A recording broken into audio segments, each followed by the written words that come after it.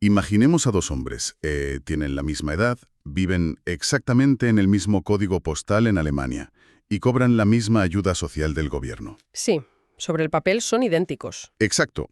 Se enfrentan al mismo limbo legal. Si uno mira sus expedientes, la burocracia te dice que son la misma persona, prácticamente. Claro, Sin embargo, cuando se les pregunta por su vida, uno confiesa que siente que su existencia no tiene ningún sentido, mientras que el otro afirma que jamás se ha sentido tan libre. es un contraste brutal. Bienvenidos a Empower Migra. Hoy vamos a diseccionar la ciencia de la precariedad y a descubrir por qué lo que la sociedad asume como una verdad absoluta sobre las personas refugiadas está, tanto estadísticamente como humanamente equivocado. Totalmente. Y necesaria, sobre todo necesaria. Sí, y antes de sumergirnos en los datos hay que hacer una aclaración esencial.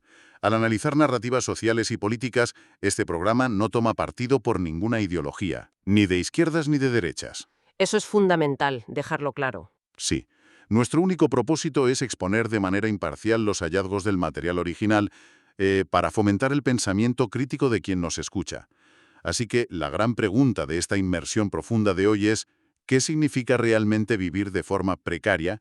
Y sobre todo, ¿quién tiene el poder de decidirlo? Pues mira, es el punto de partida perfecto, porque la palabra precariedad se lanza constantemente, o sea, en los debates parlamentarios, en la calle, pero casi siempre funciona como una etiqueta externa. Como algo que se impone desde fuera. Exacto, es algo que le colgamos a un grupo.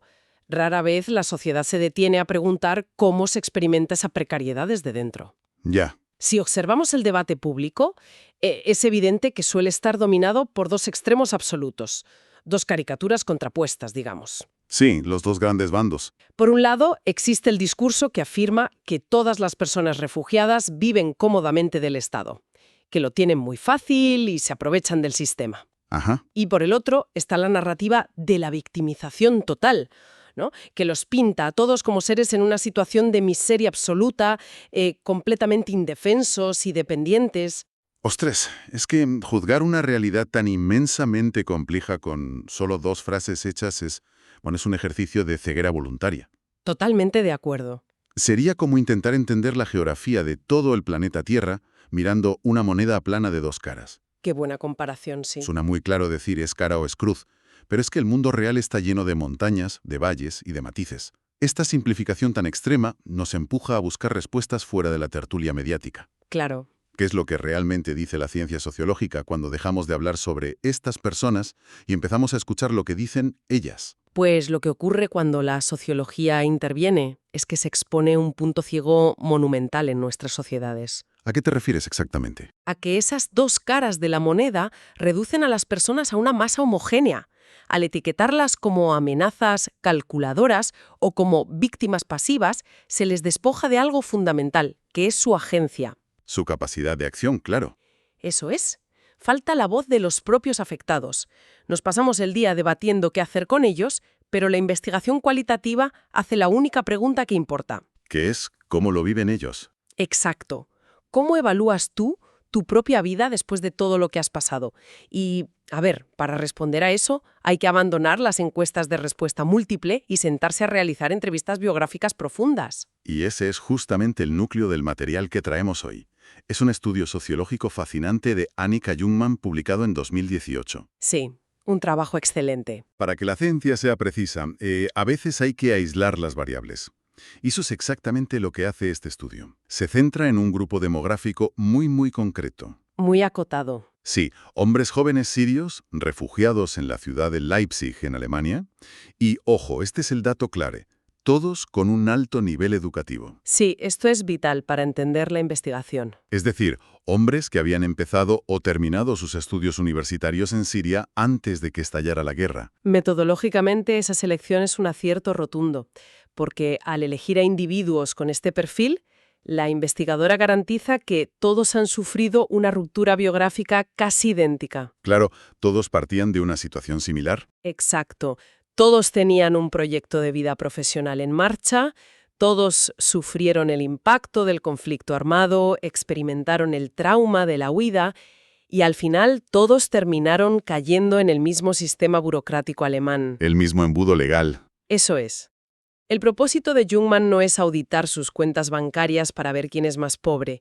La meta es desentrañar cómo evalúan ellos mismos su situación tras haber atravesado esa misma tormenta vital. Ajá. Y para entender esto, el estudio se apoya en la teoría de la vulnerabilidad de un investigador llamado Robert Chambers. Pues detengámonos en Chambers un segundo, porque me parece crucial para entender todo el estudio. Si lo interpretamos bien, su teoría funciona un poco como analizar un barco en medio de una tormenta, ¿no? A ver, desarrolla eso. Pues la situación objetiva sería el tamaño de las olas, la fuerza del viento, el frío, o sea, factores externos que golpean al barco y que son idénticos para todos los que navegan en esa zona. Vale, sí, el contexto externo. Pero luego está la experiencia subjetiva, que vendría a ser cómo está construido el barco por dentro, Ah, claro. cuánto lastre lleva, cómo maneja el timón el capitán, o si tiene fisuras previas. Si un barco lleva un cargamento pesadísimo de deudas o expectativas familiares, se hundirá en las mismas olas que otro barco más ligero logra surfear sin problema. Pues mira, esa analogía del barco ilustra perfectamente el mecanismo sociológico de Chambers. Él divide la vulnerabilidad en dos frentes. Ajá. El externo, que es el riesgo objetivo, los shocks financieros o legales, digamos, y el interno, que es la indefensión y la falta de medios para afrontar ese riesgo sin sufrir un daño. Claro. Y el hallazgo central y realmente decisivo del estudio de Jungmann es que existe una brecha abismal entre las olas que golpean a estos jóvenes y cómo sienten ellos que su barco está resistiendo. O sea que lo objetivo no marca lo subjetivo. Exactamente. La precariedad objetiva no dicta automáticamente la precariedad subjetiva. Pues pasemos entonces a ver el tamaño de esas olas. Hablemos de la situación objetiva en la que se encuentran los 4 sujetos principales de este estudio. Los llamaremos A, B, C y D. Vale, perfecto. Si miramos sus expedientes administrativos, comparten una precariedad objetiva idéntica. Sí, calcada. Ninguno tiene un contrato de trabajo fijo. Todos sobreviven gracias a lo que en Alemania se conoce como SGB II, que es, El sistema de ayudas sociales básicas, sí. eso, para desempleados. Sus títulos universitarios sirios no están reconocidos, sufren unas trabas burocráticas laberínticas y viven en una incertidumbre constante sobre su futuro legal. Y fíjate, hay que explicar el mecanismo detrás de ese no reconocimiento de títulos, porque es una de las olas más destructivas para estos perfiles. Es que debe ser frustrante. Muchísimo. El sistema laboral alemán es extremadamente rígido. Está basado en certificaciones súper específicas. ¿Muy cuadriculado? Demasiado. Cuando estos jóvenes llegan con un título universitario de Damasco o de Alepo, el Estado alemán no hace una equivalencia automática. Claro, no te dan el sello y ya está. ¿Qué va? El proceso de homologación puede tardar años. Requiere traducciones juradas, planes de estudio detallados que, a veces, literalmente se quedaron bajo los escombros en Siria. Madre mía, es que eso es un callejón sin salida. Y además exigen niveles de idioma altísimos. Y mientras tanto, el sistema del SGB II, a través de los centros de empleo, presiona a estas personas para que acepten trabajos no cualificados. Simplemente para sacarlos de las estadísticas de ayudas sociales. Exacto. Institucionalmente, sus años de estudio universitario quedan borrados de un plumazo. Y ese borrado institucional es lo que genera un contraste tan violento en las entrevistas. Sí, total. Tenemos el caso del sujeto B. Tiene 31 años y antes de la guerra era profesor de inglés, tanto en Siria como en Qatar. O sea, un profesional con experiencia. Tenía un estatus, una carrera ya construida y ahora, atrapado en este engranaje burocrático en Leipzig, siente que su título universitario, y esto es una cita literal del texto, es como un cero. Qué duro. Describe una frustración paralizante porque no encuentra trabajo en su campo, y la presión del centro de empleo le hace sentir que su vida no tiene sentido. Ya. Su experiencia subjetiva es de un atasco total. Siente que se ahoga. Exactamente. El sujeto B ha interiorizado esa precariedad institucional y la ha convertido en un sufrimiento subjetivo muy agudo. Pero el estudio nos obliga a mirar al sujeto C, y aquí es donde las narrativas simplistas de las que hablábamos antes saltan por los aires. A ver, cuéntame del C. Pues el sujeto C tiene 28 años, era estudiante de medicina y odontología. Ajá. Su viaje a Europa no fue directo. Pasó un tiempo en Egipto donde relata haber sido explotado brutalmente. Trabajaba 16 horas diarias como electricista, cocinero, portero. Ostras. Y ahora, en Alemania, recibe exactamente la misma ayuda social, el mismo SGB II que el sujeto B. Su carrera de medicina tampoco tiene validez inmediata. O sea, están en el mismo barco burocrático. En el mismo. Y sin embargo, cuando Jungmann le entrevista, su evaluación es radicalmente opuesta. Él dice literalmente, estoy bien. Qué curioso. Ha conseguido un puesto de voluntario en una radio local. Siente que tiene espacio para explorar sus opciones y percibe una libertad que antes no tenía. Claro, es que si usamos la lógica pura, esto dinamita por completo los discursos sociales mediáticos. Por completo. Si el dinero, el estatus legal y las barreras institucionales dictaran el estado de ánimo de una persona de forma, digamos, matemática, Sí, como una fórmula. ambos deberían estar deprimidos o ambos deberían estar agradecidos. Pero la realidad es asimétrica. Y esto nos plantea una pregunta fundamental. A ver. Si la propia ciencia nos demuestra con datos cualitativos que la experiencia de los refugiados es un mosaico de matices complejísimos, ¿por qué en los debates políticos se sigue hablando de los refugiados como si fueran un bloque de cemento idéntico? Ya. Como si tuvieran las mismas intenciones y los mismos sufrimientos. Pues porque tratar con individuos complejos requiere un esfuerzo intelectual y mucha empatía. Mientras que hablar de masas homogéneas es muy rentable políticamente. Claro, es más fácil. Agrupar a decenas de miles de personas bajo una sola etiqueta, ya sea como carga económica o como víctimas desvalidas, expone la enorme pereza de los discursos polarizados. Totalmente. Lo que hace el sujeto C en la radio no es solo un pasatiempo, ¿eh? Es una estrategia activa de supervivencia para recuperar su agencia. Borrar esas diferencias individuales significa ignorar los inmensos recursos psicológicos que estas personas ponen en marcha todos los días. Y si el dinero y el estatus legal no son los únicos que hunden el barco, asumo que el peso invisible debe venir de otro lado. Así es. Entremos en la red interconectada de factores que menciona el estudio. Las expectativas, la familia, bueno, la carga cultural. Un factor importantísimo.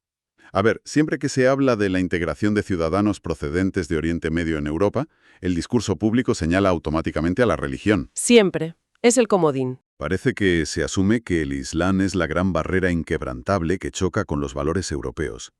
Así que supongo que este estudio sociológico reflejará esa tensión religiosa como un factor clave de precariedad, ¿no? Pues, fíjate, aquí es donde el estudio de Jungmann ofrece uno de sus datos más reveladores y contraintuitivos frente al discurso dominante. Cuéntame. Tras horas de entrevistas profundas sobre sus mayores miedos, barreras y fuentes de discriminación, ninguno de los 4 sujetos mencionó la religión como un factor problemático. ¿Espera ninguno? Cero. Cero menciones a un choque religioso. Ostras, choca bastante con lo que solemos escuchar. Totalmente. La fricción real, el verdadero peso que hunde el barco de algunos de estos jóvenes, no tiene nada que ver con la teología. ¿Y con qué tiene que ver entonces? Con las expectativas vitales y las atribuciones sociales. Es el choque entre lo que podemos llamar el estándar sirio y el estándar alemán de éxito. Vale, vamos a desgranar eso del estándar sirio, porque los casos de los sujetos A y D lo ilustran de manera bastante dolorosa. Es esa presión invisible de la familia que se ha quedado atrás, ¿verdad? Así es. Volvamos al sujeto B, el profesor de inglés que sentía que su vida no tenía sentido. Sí. Su mayor ancla no es solo el centro de empleo alemán, sino el reloj biológico y social de su propia cultura. Las expectativas. Claro. En el contexto del que proviene, se espera que un hombre de 31 años ya esté casado, tenga hijos y sea el pilar económico de su hogar. Claro, lo normal allí a esa edad. Pero cumplir con ese estándar sirio en Alemania, organizar una boda tradicional y mantener a una familia es económicamente inviable si sobrevives con ayudas sociales. Es imposible.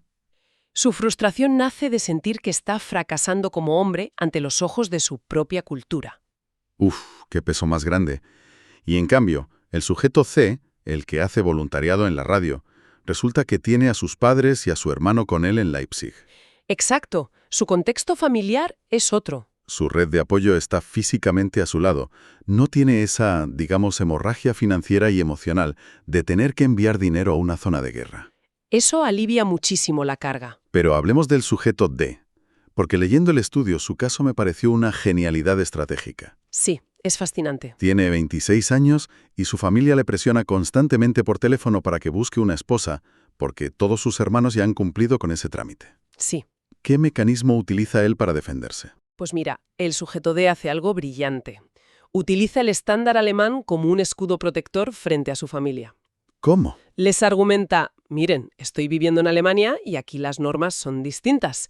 Aquí es normal estar soltero a mi edad o tener pareja sin estar casado. Qué bueno. Y les dice, quiero aprovechar este contexto para centrarme exclusivamente en mis estudios universitarios y no preocuparme ahora por mantener una familia. O sea, utiliza la norma cultural del país receptor para neutralizar la exigencia de su país de origen. Es una forma fascinante de piratería cultural, de verdad. Toma las herramientas sociológicas del lugar que lo acoge y las usa para construirse una armadura contra las expectativas de su pasado. Exacto, es una maniobra de supervivencia pura. Pero, claro, uno se pregunta, ¿esta estrategia no le genera un conflicto o un aislamiento profundo respecto a su propia comunidad en Leipzig? Seguramente. Porque al distanciarse del estándar sirio, no corre el riesgo de quedarse en tierra de nadie. Es un riesgo real, claro. Y, de hecho, en el estudio se ve que genera fricciones constantes con su entorno familiar. Pero es un precio que el sujeto D está dispuesto a pagar para conservar su agencia. Volvemos a la agencia. Es que es la palabra clave de toda esta inversión profunda. La agencia es el margen de maniobra, la sensación de control sobre las propias decisiones. Sí. El sujeto D prefiere lidiar con el enfado de sus padres a cambio de sentir que es el dueño de su tiempo. Y esto nos empuja a elevar el nivel del debate hacia una serie de preguntas de reflexión que deberían incomodarnos bastante como sociedad receptora. Y son preguntas que no podemos esquivar. Desde luego. Si la evidencia científica nos demuestra que la realidad del refugio se vive de formas tan radicalmente diversas, o sea, con estrategias de adaptación tan sofisticadas e individuales, Sí.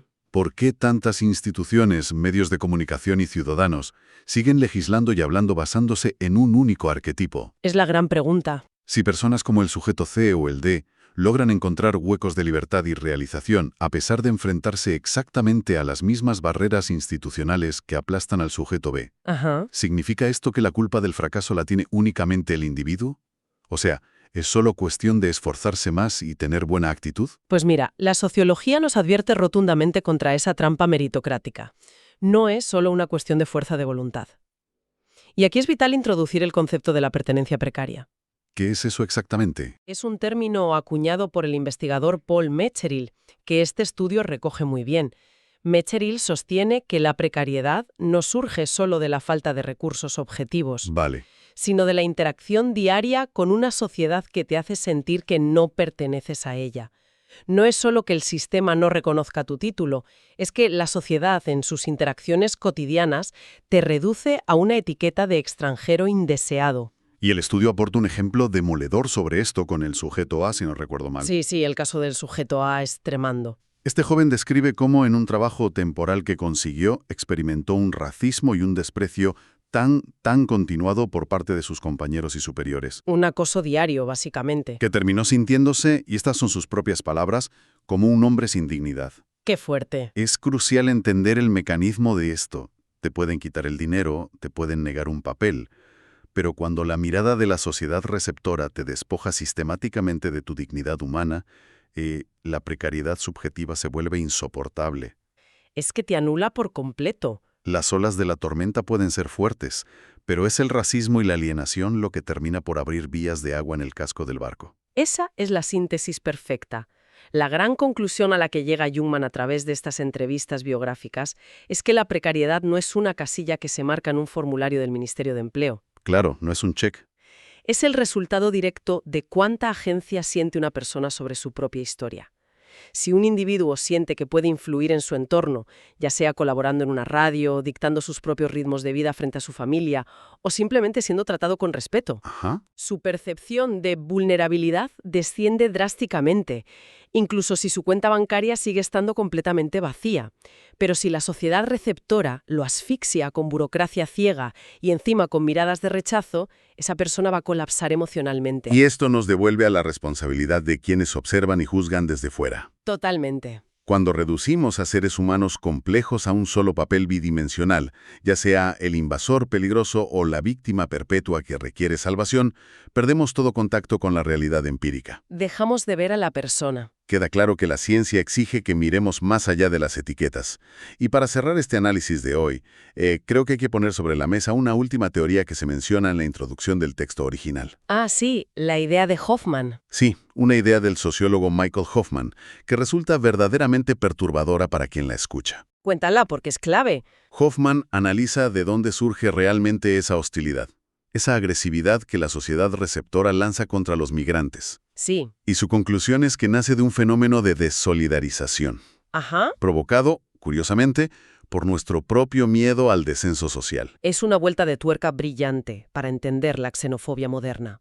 Hoffman plantea que, en el contexto de un capitalismo tardío lleno de incertidumbres, donde los contratos son temporales, la inflación sube y el estado de bienestar parece tambalearse un poco. Sí, la ansiedad que todos sentimos hoy en día. Exacto. Los ciudadanos locales sienten un pánico constante a empobrecerse, a perder su estatus. Y cuando ven llegar a personas refugiadas que reciben ayuda del Estado, esa hostilidad no es realmente un odio hacia el individuo extranjero en sí. Sino que es, Espejo de su propia vulnerabilidad futura. O sea, atacan al más débil para no enfrentarse a la fragilidad del sistema que lo sostiene. es decir, la agresividad hacia el que pide refugio no es más que el síntoma de una ansiedad económica profunda. Eso es. Cuando se juzga con tanta dureza y, bueno, con tanta superioridad moral, la supuesta comodidad de quienes reciben una ayuda estatal mínima, o cuando se exige que vivan en la miseria absoluta para ser merecedores de compasión. Sí, esa doble moral. Cabe preguntarse, ¿no estamos en el fondo proyectando el terror abismal a volvernos nosotros mismos precarios? Da mucho que pensar. El rechazo feroz a la vulnerabilidad del otro podría ser simplemente el miedo paralizante a darnos cuenta de que, si las circunstancias geopolíticas o económicas se tuercen mañana, ¿podríamos ser nosotros los que estemos en ese barco? Sin duda. Suplicando que alguien nos lance un salvavidas en un mundo cada vez más inestable. El análisis de las vidas de estos 4 jóvenes sirios nos demuestra que la dignidad humana y la capacidad de resiliencia son muchísimo más complejas que cualquier titular de prensa. Totalmente cierto. Esto ha sido una inmersión profunda para Empower Migra. Empower Migra, comprender comienza con escuchar.